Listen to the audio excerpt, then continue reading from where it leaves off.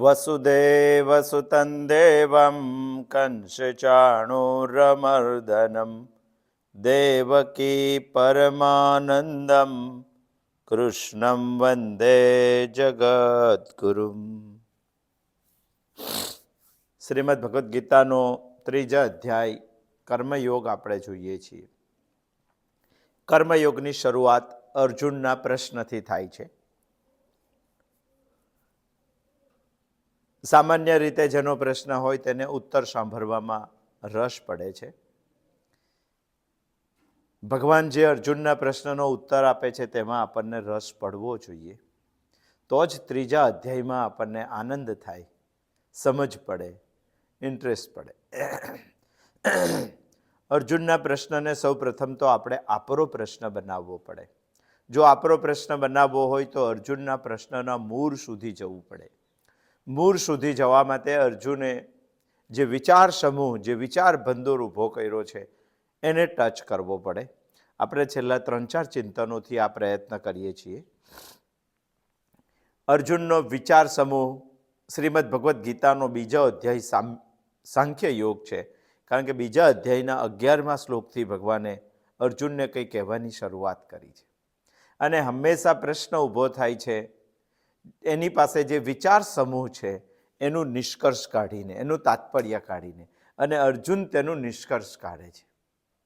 આપણે પણ તાત્પર્ય કાઢવાનો 3જા ચિંતનની અંદર પ્રયત્ન કર્યો હતો. અર્જુન તેનું તાત્પર્ય કાઢે છે 7 લિંગોને જાણીને કે ભગવાને 2જા અધ્યાયમાં શું કીધું. અને તાત્પર્ય કાઢ્યા પછી એક નિશ્ચય ઉપર આવે છે કે ભગવાનનું 2જા અધ્યાયમાં સાંખ્ય જ્ઞાન, સમ્યક જ્ઞાન કહેવા પાછળનું તાત્પર્ય એટલું છે કે કર્મ કરતા જ્ઞાન શ્રેષ્ઠ છે. આ અર્જુને તાત્પર્ય કાઢ્યું. આપણે પણ સમજ્યા કે ભગવાન 2જા અધ્યાયમાં કંઈક આવું કહેવા માંગે છે. ભગવાન આવું કહેવા માંગે છે, આ અર્જુને નિષ્કર્ષ કાઢ્યું. આપણે અર્જુનના પ્રશ્નને આપણો બનાવવાનો છે, માટે આપણે પણ પ્રયત્ન કર્યો. જો આ તાત્પર્ય કાઢ્યું હોય અર્જુને, તો અર્જુનનો પ્રશ્ન એ છે કે ભગવાન તમારી માન્યતા પ્રમાણે જ્ઞાન કરતા, કર્મ કરતા જ્ઞાન શ્રેષ્ઠ છે. બરાબર છે. અને આ માન્યતા મને માન્ય પણ છે. તમે જે કહો છો તે બધું મને માન્ય, પરંતુ તમે મને શા માટે હવે કર્મ કરવામાં પ્રવૃત્ત કરો છો? જે શ્રેષ્ઠ વસ્તુ છે તે મને આપો. હું તમને પ્રિય હોય તો, તમે મારું કલ્યાણ ઈચ્છતા હોય તો. પણ તમે જ કીધું કે જ્ઞાન કરતા કર્મ કરતા જ્ઞાન શ્રેષ્ઠ છે, અને હવે તમે એવું કહો છો કે કર્મ કર. જે શ્રેષ્ઠ નથી તે વસ્તુ કરવાની શા માટે કહો છો? આ અર્જુનનો પ્રશ્ન છે.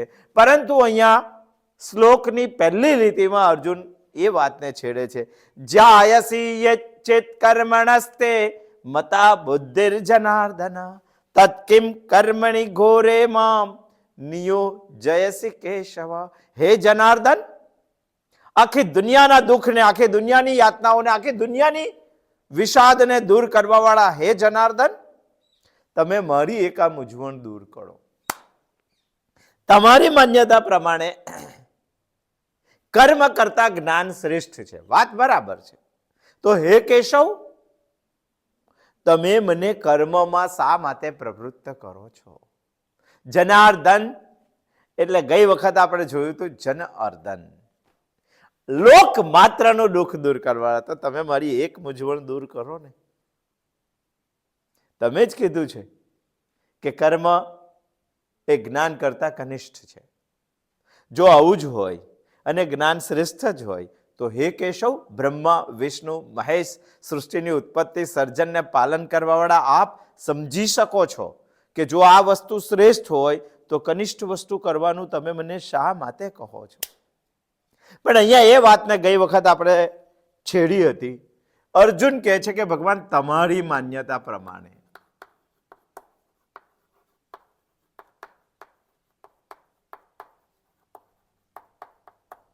ભગવાન નથી કહેતા કે મારા મત પ્રમાણે.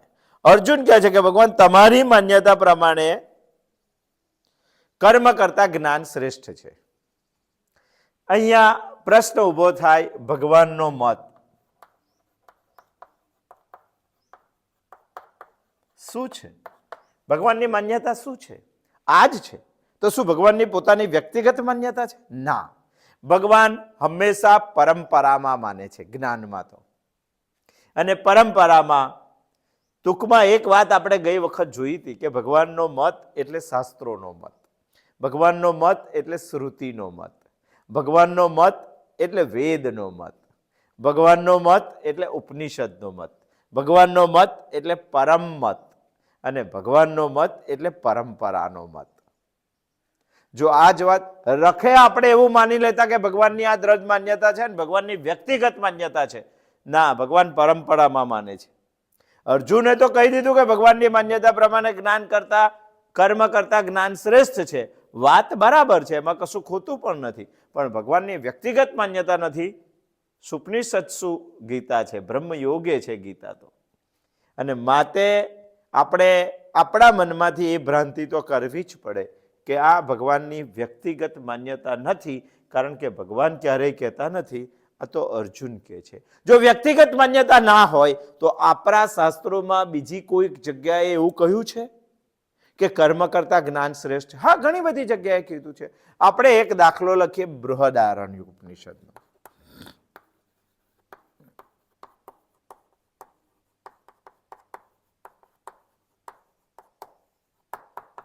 વિચારવા જેવું છે. બૃહદારણ્યક ઉપનિષદમાં 3જા અધ્યાયના 5મા બ્રાહ્મણ્યકમાં, 3જો અધ્યાય એમાં બ્રાહ્મણ્યક છે, પંચમ બ્રાહ્મણમાં એનું બૃહદારણ્યક ઉપનિષદ જોશું તો આપણને બધું ખબર પડી જશે. એના પહેલા મંત્રમાં કંઈક વાત કરેલી છે બૃહદારણ્યક ઉપનિષદે, અને એ જે વાત કરેલી છે એમાં સિદ્ધ થાય છે કે કર્મ કરતા જ્ઞાન શ્રેષ્ઠ છે. ભગવાને જ ખાલી કીધું છે એવું ને, ભગવાન પરંપરામાં માને છે. સુપનિષત્સુ ગીતા છે આ તો. અને એ વાત પણ આપણે જોવી પડે કે અર્જુન ભલે કહી દે કે ભગવાન તમારી માન્યતા પ્રમાણે, ભગવાનને જવાબ આપવાનો હોય તો પહેલો ભગવાન એવું આપે કે આ મારી માન્યતા નથી, આ તો શાસ્ત્રોની માન્યતા છે. બૃહદારણ્યક ઉપનિષદ આપણને એના 3જા અધ્યાયના 5મા બ્રાહ્મણ્યકમાં પહેલા મંત્રમાં એવું કહે છે, તમ આત્માનમ વિદિત્વા બ્રાહ્મણાઃ, તમ આત્માનમ વિદિત્વા બ્રાહ્મણાઃ પુત્રેષણાશ્ચ વિત્તેષણાશ્ચ લોકેષણાશ્ચ વ્યુત્થાય અથ ભિક્ષાચર્યમ ચરંતી. શું કહેવા માંગે છે? તમ આત્માનમ વિદિત્વા બ્રાહ્મણાઃ, જે બ્રહ્મને જાણવા વાળો વ્યક્તિ છે તે આત્માને જાણીને, બ્રાહ્મણો બ્રહ્મને જાણવા વાળો વ્યક્તિ તે આત્માને જાણીને વિત્તેષણા, પુત્રેષણા, લોકેષણા, વ્યુત્થાય અથ, એનાથી થોડા ઉપર ઉઠીને, એને છોડીને, એનાથી થોડા અડગા થઈને ભિક્ષાચર્યમ ચરંતી. બહુ સુંદર વાક્ય છે. અહીંયા શું કહેવા માંગે છે? તે આત્માને જાણીને. કયો આત્મા? જેને બીજા અધ્યાયમાં ભગવાને કીધો છે, નૈનમ છિંદંતી શસ્ત્રાણી નૈનમ દહતી પાવક ન ચૈનમ ક્લેદયંત્યાપો. જે આત્માના વર્ણન ભગવાને કર્યું છે એશા બ્રહ્મી સ્થિતિ. તે આત્માને જાણીને, તમ આત્માનમ વિદિત્વા બ્રાહ્મણાઃ, એ બ્રાહ્મણો તે આત્માને જાણીને, જ્યારે તે આત્માને જાણે છે ત્યારે વિત્તેષણા, લોકેષણા અને પુત્રેષણા, 3 એષણાઓ છોડી દે છે. પ્રશ્ન એ ઉભો થાય કે આ સંસારમાં 3 મોટી ઈષ્ણાઓ છે, એમાં જ બધી ઈષ્ણાઓ આવી જાય છે, પુત્રેષણા, વિત્તેષણા અને લોકેષણા. આ 3 ઈચ્છાઓ છોડી દો તો જીવન નિર્વાહ કેવી રીતે કરે? એટલા માટે તરત બ્રહ્મચાર્ય ઉપનિષદે આ મંત્રની અંદર જવાબ આપ્યો, ભિક્ષાચર્યમ ચરંતી. ભિક્ષા તન કરીને એનું ગુજરાન ચલાવે છે. ભિક્ષાચર્યમ ચરંતી. તમ આત્માનમ વિદિત્વા બ્રહ્મણઃ પુત્રેષણાશ્ચ વિત્તેષણાશ્ચ લોકેષણાશ્ચ વ્યુત્થાય અથ શિક્ષાચર્યમ ચરંતી. બહુ સુંદર વાત કરી છે. અહીંયા 3 ઈષ્ણાઓની વાત કરી છે. એક છે પુત્રેષણા, બીજી છે વિત્તેષણા અને ત્રીજી છે લોકેષણા. આ 3 પ્રકારની ઈચ્છાઓ છે. પુત્રેષણા છોડવાની એટલે બધું જ છોડવાનું. પુત્રેષણામાં બધી બહુ ઈચ્છાઓ આવી જાય છે. લગ્ન કરવાની ઈચ્છા પણ પુત્રેષણામાં જ આવી જાય છે. પુત્રને જન્મ આપવાનો આ ઈચ્છા પણ પુત્રેષણામાં જ આવી છે. પુત્રને મોટો કરવાનો આ પણ પુત્રેષણા છે. મોટો કરીને પુત્રને ભણાવવાનો આ પણ પુત્રેષણા છે. ભણાવીને એને નોકરી લગાડવાનો આ પણ પુત્રેષણા છે. નોકરી લગાડીને એનું લગ્ન કરાવવાનું આ પણ પુત્રેષણા. પુત્રની મારે મોટું ઘર જોઈએ કારણ કે હવે દીકરાનું લગ્ન થશે આ પણ પુત્રેષણા છે. મારે થોડા હવે વધારે પૈસા જોઈશે કારણ કે કાલે એને પરણાવીને બીજી વહુ લાવશું આ પણ પુત્રની ઈચ્છા માટે હજારો ઈચ્છાઓ જોડાયેલી છે. અને આ બધી જ એષણાઓ બ્રહ્મણા તે તમ આત્માનમ વિદિત્વા, આત્માને જેને જાણી લીધો છે તેવા બ્રાહ્મણો પુત્રેષણાને છોડી દે છે. વ્યુત્થાય અથ, પુત્રેષણાથી ઉપર ઉઠી જાય છે, છોડી દે છે. વિત્તેષણા પણ છોડી દે છે. ધન કમાવવાનું, ધન ભેગું કરવાનું, ધન વાપરવાનું, વધેલા ધનને સાચવવાનું, સાચવેલા ધન કોઈ વાપરી ના જાય તેનું ધ્યાન રાખવાનું, આ બધી જ ઈચ્છાઓ વિત્તેષણામાં આવે છે. તમ આત્માનમ વિદિત્વા બ્રહ્મણા, જે બ્રાહ્મણોએ આત્માને જાણવાની ઈચ્છા કરી લીધી છે કાં તો આત્માને જાણેલો છે એની વિત્તેષણા પણ છૂટી જાય છે. વિત્તેષણાથી ઉપર ઉઠી જાય છે. વ્યુત્થાય અથ ઉઠી જાય છે. લોકેષણા, આ 3 એષણાઓ એની જતી રહે છે. લોકેષણામાં શું આવે છે? પદ આવે છે, પ્રતિષ્ઠા આવે છે, કીર્તિ આવે છે, સત્તા આવે છે, પ્રભુત્વ આવે છે સમાજ ઉપર. અને આ પ્રભુત્વ કાયમ માટે સાચવી રાખવાનું તેના માટેના પ્રયત્નો આવે છે. આ બધી જ જે બાબતો છે લોકો માટેની એ બધી જ એષણાઓ લોકેષણામાં આવે છે. આનાથી પણ તે પર થઈ જાય છે. તો તેનો જીવન નિર્વાહ કેવી રીતે ચાલે? ભિક્ષાચર્યમ ચરંતી, ભિક્ષાચર્યમ ચરંતી.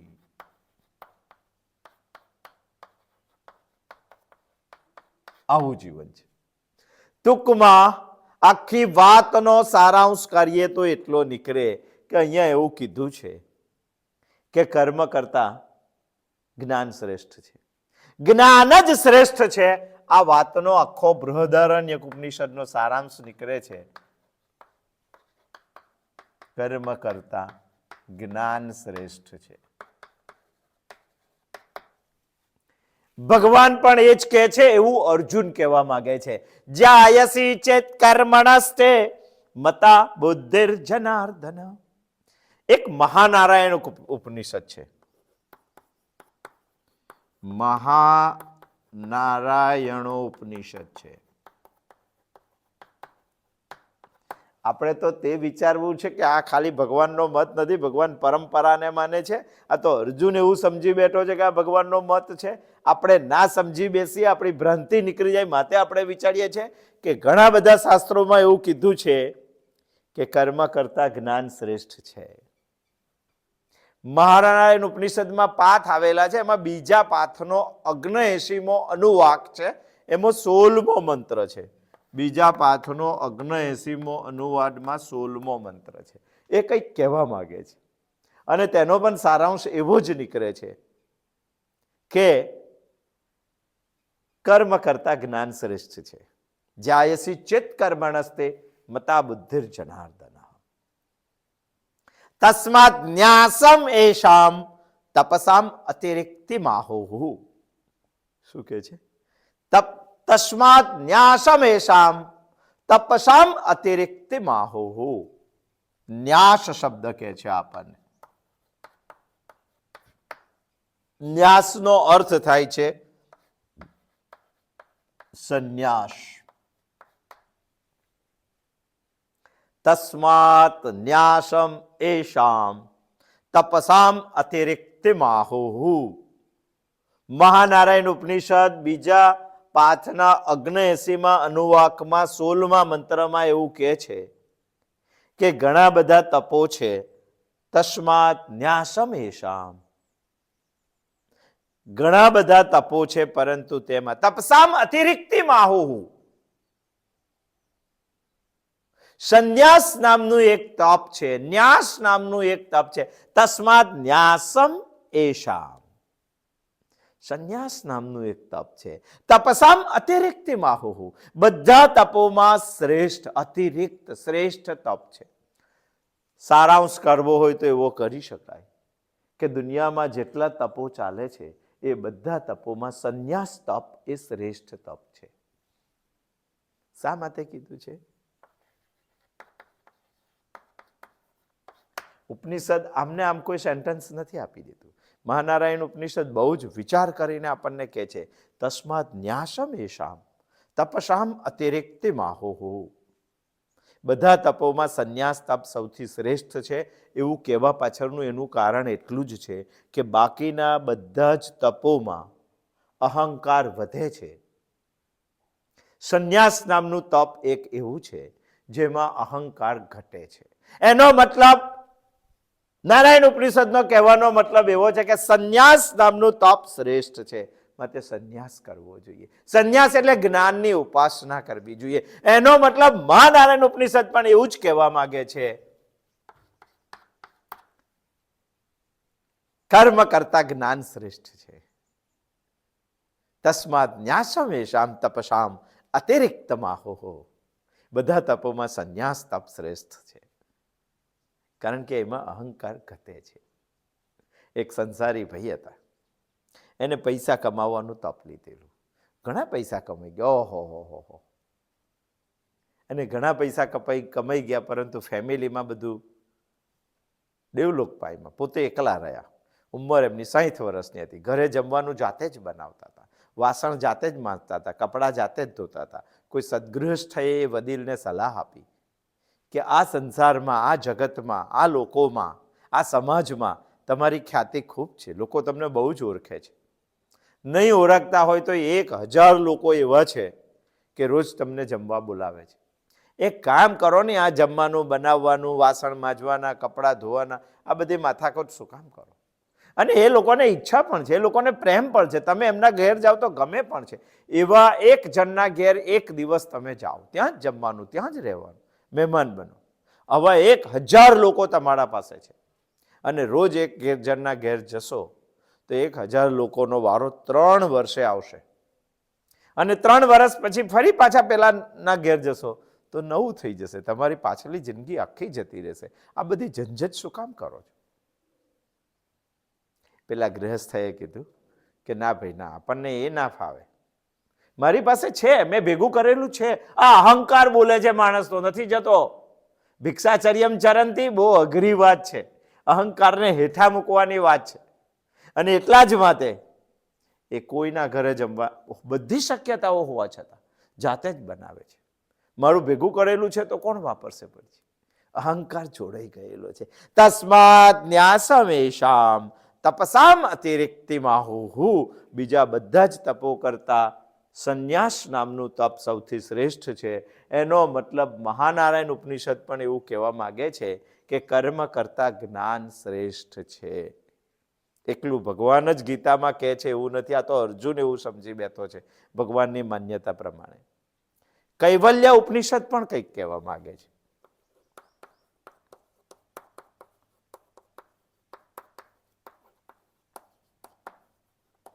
બધાનો સારાંશ જોઈએ તો એક જ નીકળે છે કે કર્મ કરતા જ્ઞાન શ્રેષ્ઠ છે. પ્રથમ ખંડની અંદર મંત્ર 3 આ કૈવલ્ય ઉપનિષદ પણ કંઈ કહેવા માંગે છે અને એ વિશે પણ આપણે વિચારવું જોઈએ. ન કર્મણા ન પ્રજયા ધનેન નઃ. શું કહે છે કૈવલ્ય ઉપનિષદ? ન કર્મના ન પ્રજયા ધનેન નઃ ત્યાગે નૈકે અમૃતત્વ માનસુહુ. આ દુનિયામાં અમૃતત્વ પ્રાપ્ત કરવું હોય, આત્મજ્ઞાન મેળવવું હોય, બ્રહ્મ જ્ઞાનની પાસે જવું હોય, ન કર્મણા, કર્મથી શક્ય નથી. બ્રહ્મ જ્ઞાન દુનિયામાં કર્મથી પ્રાપ્ત થતું નથી, આવું કૈવલ્ય ઉપનિષદ કહે છે. ન પ્રજયા, મારા 10 સંતાનો એને 10 સંતાનો ભેગા થઈને પ્રયત્ન કરે તો પણ મને બ્રહ્મ જ્ઞાન પ્રાપ્ત થવાનું. ન કર્મના ન પ્રજયા ધનેન નઃ. મારી પાસે ધનનો મેરુ પર્વત ઉભો કરી દઉં, એટલા રૂપિયા હોય તો એ ધનથી પણ મને બ્રહ્મ જ્ઞાન પ્રાપ્ત થતું નથી. બહુ સુંદર વાત કરે છે કૈવલ્ય ઉપનિષદ તેના ખંડ પ્રથમ ખંડની અંદર ત્રીજા મંત્રમાં, ન કર્મના ન પ્રજયા ધનેન ન ત્યાગે નેકે અમૃતત્વ માનસો. આ ઉપનિષદ એવું કહે છે કે ન કર્મના, કર્મથી નહીં, ધનથી નહીં, સંતતિથી નહીં, એક વસ્તુથી અમૃતત્વ પ્રાપ્ત કરી શકાય છે, ત્યાગે નેકે અમૃતત્વ. ત્યાગ, સંન્યાસ, જ્ઞાન, સમ્યક જ્ઞાન, અને તો જ ત્યાગ થઈ શકે, બાકી થઈ ના શકે. આ દ્રષ્ટિથી જો જોઈએ તો કૈવલ્ય ઉપનિષદનું પણ કહેવું એક જ છે કે કર્મ કરતા જ્ઞાન શ્રેષ્ઠ છે. ન કર્મણા ત્યાગેને કે અમૃતત્વ માનસુ. જાબાલ દર્શન ઉપનિષદ પણ એક છે.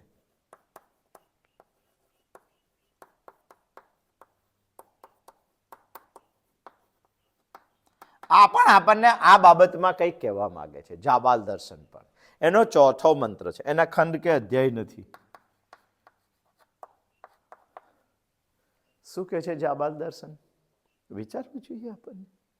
બ્રહ્મચર્ય પરિસમાપ્ય ગૃહિત ભવેત. બ્રહ્મચર્યમ પરિસમાપ્ય ગૃહિત ભવેત. ગૃહી ભૂત્વા વની ભવેત. વની ભૂત્વા પ્રવ્રજેત.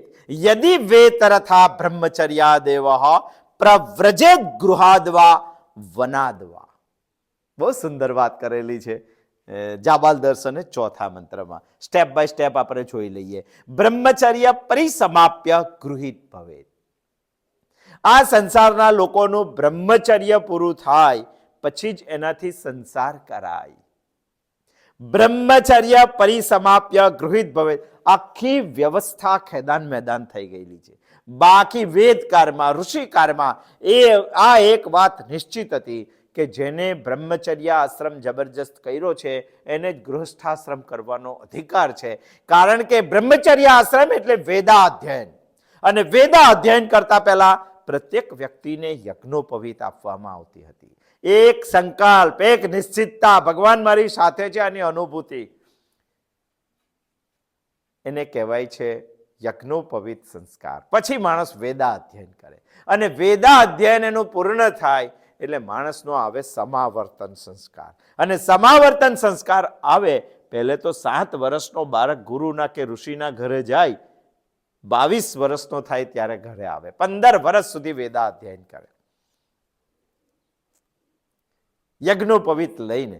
અને વેદાધ્યયન માટે જ યજ્ઞો, કેટલું ઉલટ સુલટ થઈ ગયું છે તે તો જુઓ જ. વેદાધ્યયન માટે જ યજ્ઞોપવીત લેવાની હતી. સંકલ્પ લેવાનો, નિશ્ચય કરવાનો હતો, સત સંકલ્પ લેવાનો હતો. 15 વર્ષ માણસ વેદાધ્યયન કરે, બ્રહ્મચર્યનું પાલન કરે, અને પછી જ માણસ સંસાર કરે, પછી જ માણસ લગ્ન કરે. પહેલે તો ઋષિના તપોવનમાંથી સમાવર્તન સંસ્કાર થાય ના, એને કોઈ છોકરી નહોતું આપતું. આજે નોકરી ના હોય તો કોઈ છોકરી નથી આપતું. એનો મતલબ રાવણના જ ઘરે ગુલામ બનાવીને આપણે છોકરી આપીએ છીએ. કેટલી હતપ્રભ થયેલી વિચારધારા છે, માણસે વિચારવું જોઈએ. જાબાલ દર્શન શું કહે છે? બ્રહ્મચર્ય પરિસમાપ્ય ગૃહિત ભવેત. જેને બ્રહ્મચર્ય આશ્રમ સંપૂર્ણ કરેલો છે તે જ ગૃહસ્થાશ્રમ સ્વીકાર કરે.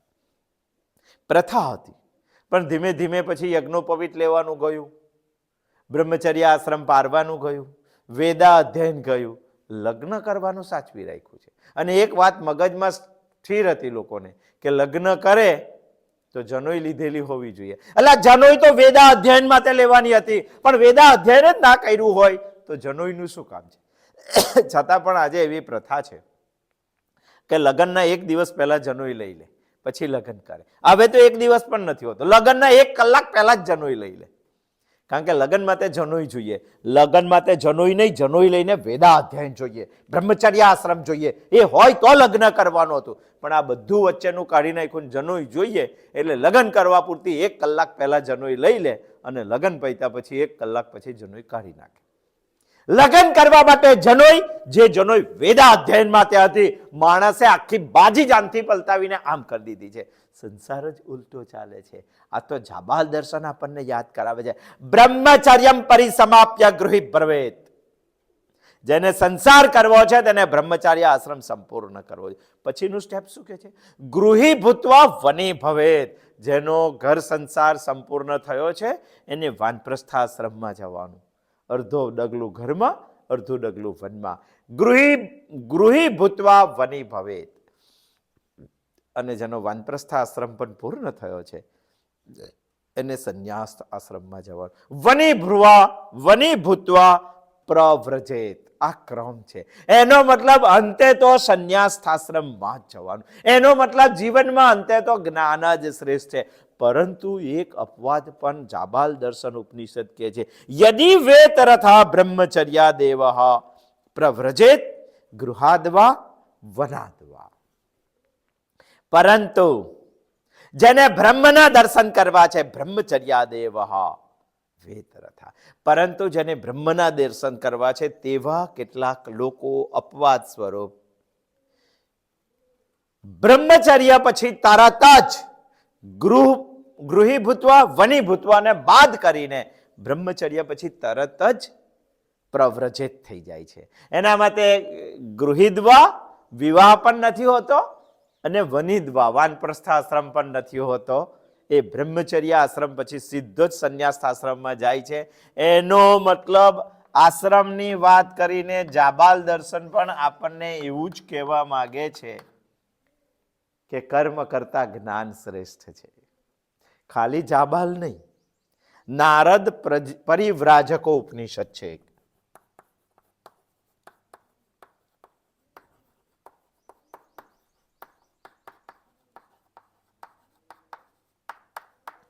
આ પણ આપણને કઈ કહેવા માંગે છે. આ આપણને શું કહેવા માંગે છે? એના બીજા ખંડના 15મા મંત્રમાં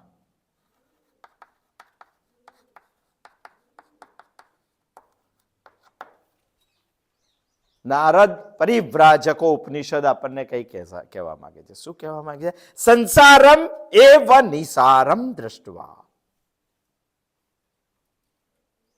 સારદિ દ્રક્ષયા પ્રવજંત્ય કૃતોદ્વાહ પરમ વૈરાગ્યમાશ્રિતા. આ સંસાર નિસાર છે, એનો કોઈ સાર નીકળતો નથી એવું નારદ પરિવ્રાજકો ઉપનિષદ કે સંસાર એવ નિસારમ. સંસારનો કોઈ સાર નથી. સાર નથી એટલે સંસાર નથી કહેતા કે આ વાતમાં કોઈ સાર નથી. યાર એવું કેમ કહીએ છીએ કે આનાથી કઈ સારી વસ્તુ મળવાની નથી?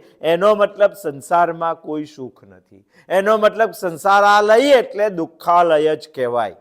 નારદ પરિવ્રાજકો ઉપનિષદ આપણને એવું કહે છે કે સંસારમાં કોઈ સાર નથી. દસ્તા સારદિ દ્રક્ષયા. જેને સંસારમાં કોઈ સાર જોવો છે, કાં તો જેને સંસારમાંથી સારને કાઢવો છે, સંસાર એવ નિસ્સાર દ્રષ્વા સારદિ દ્રક્ષયા. જેને સંસારમાં સાર જોયો છે, કંઈ કરવું છે, પ્રવ્રજંત્ય કૃતોદ્વાહ પરમ વૈરાગ્યમાશ્રિતા. ત્યાગ કરીને એ તો વૈરાગ્યને આશ્રિત થાય છે. એનો મતલબ નારદ પરિવ્રાજકો ઉપનિષદ પણ આપણને એવું જ કહે છે કે કર્મ કરતા જ્ઞાન શ્રેષ્ઠ છે. મહાભારતમાં ભગવાન વ્યાસ પણ કંઈક એવો ઉપદેશ આપે છે. વ્યાસજી મહાભારતમાં કોને ઉપદેશ આપે છે? એમના જ સગા પુત્ર સુખદેવજીને. અને માણસ જ્યારે કોઈ બહુ જ તજજ્ઞ બુદ્ધિશાળી પિતા પોતાના પુત્રને ઉપદેશ આપતો હોય તો એકદમ કલ્યાણકારી ઉપદેશ હોય, એકદમ શ્રેષ્ઠ ઉપદેશ હોય. મહાભારતમાં ભગવાન વ્યાસ સુખદેવજીને એક ઉપદેશ આપે છે. એનો સાર પણ એ જ નીકળે છે, કર્મ કરતા જ્ઞાન શ્રેષ્ઠ છે.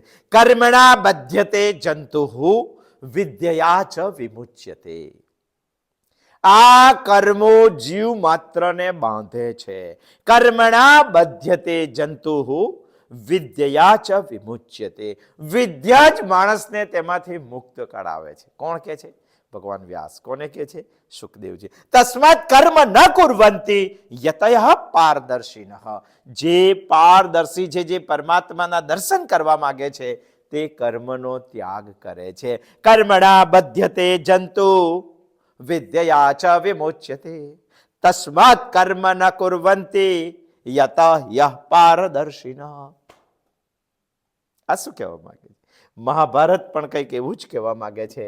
કર્મ કરતા જ્ઞાન શ્રેષ્ઠ છે. અને શ્રીમદ ભગવદ્ ગીતામાં ભગવાન પણ એવું જ કહે છે, દૂરેણ હિ યવરમ કર્મ બુદ્ધિ યોગ ધનંજય. હે ધનંજય, અત્યંત નિકૃષ્ટ છે કર્મ. દૂરેણ હિ યવરમ કર્મ બુદ્ધિ યોગ ધનંજય. બુદ્ધિયુક્તો જહાતિહ ઉભે સુકૃત દુષ્કૃતે. બંને પ્રકારના કર્મોને બુદ્ધિશાળી માણસ ત્યાગ કરે છે. ગીતા પણ કંઈક આવું કહે છે. અને આટલા બધા જ લોકો આવું કહે તો એનો એક નિષ્કર્ષ નીકળી શકે, એનું એક તાત્પર્ય નીકળી શકે, એનો એક સારાંશ નીકળી શકે. અને સારાંશ એ છે કે જ્ઞાન કરતા, કર્મ કરતા જ્ઞાન શ્રેષ્ઠ છે. પ્રવૃત્તિ લક્ષણ વૈદિક ધર્મ કરતા નિવૃત્તિ લક્ષણ વૈદિક ધર્મ શ્રેષ્ઠ છે. આ એક સારાંશ નીકળી શકે. જેની પાસે વિચારોનો સમૂહ હોય, વિચારોના સમૂહના 7 લિંગ વિચારે, 7 લિંગ વિચારે પછી એનો નિષ્કર્ષ કાઢે, અને નિષ્કર્ષ કાઢ્યા પછી જેને ઉપદેશ આપ્યો હોય એને કહી શકાય કે તમારા કહેવાનો મતલબ આ છે. નિષ્કર્ષ કાઢ્યા પછી તમારા કહેવાની મત આ છે, તમારી માન્યતા પ્રમાણે આ વસ્તુ છે. અર્જુન અહીંયા ભગવાનને એવું જ કહે છે, જાયસી ચેત કર્મણસ્થે મતા બુદ્ધિર જનાર્દન. ભગવાન, હે જનાર્દન, તમારી માન્યતા પ્રમાણે જ્ઞાન કરતા, કર્મ કરતા જ્ઞાન શ્રેષ્ઠ છે. આ એક નિષ્કર્ષ લાવેલો છે. હવે અર્જુન ભગવાનને બીજી લીટીમાં કહે છે, પ્રશ્ન પૂછે છે, તત્કિમ કર્મણી ઘોરે મામ નિયોજય શ્રી કેશવ. તો હે કેશવ, તમે આટલા સૃજનશીલ, તમે આટલા પાલક, તમે આટલા સંહારક, આ બધી જ 3 પ્રક્રિયાઓ શ્રેષ્ઠમાં શ્રેષ્ઠ આ દુનિયામાં તમારા પાસે છે, તો તમે જબરજસ્ત સમજણવાળા છો. આવા સમજણવાળા હે કેશવ, તમે મને ઘોર કર્મમાં શા માટે પ્રેરો છો? અહીંયા અર્જુન કર્મ માટે એક વિશેષણ વાપરે છે, ઘોર કર્મ. આપણે પણ વાપરીએ છીએ ઘોર શબ્દ અંધારા માટે, ઘોર અંધારું. અહીંયા ઘોર કર્મ. અર્જુને અહીંયા ભગવાનને ઘોર કર્મ શબ્દ શા માટે વાપર્યો આપણે સ્પષ્ટ કરવો છે. આવતી વખત આવશું અને 3જા અધ્યાયના 1લા શ્લોક વિશે, ઘોર કર્મ વિશે આપણે વિચારશું. અસ્તુ. જય શ્રી કૃષ્ણ.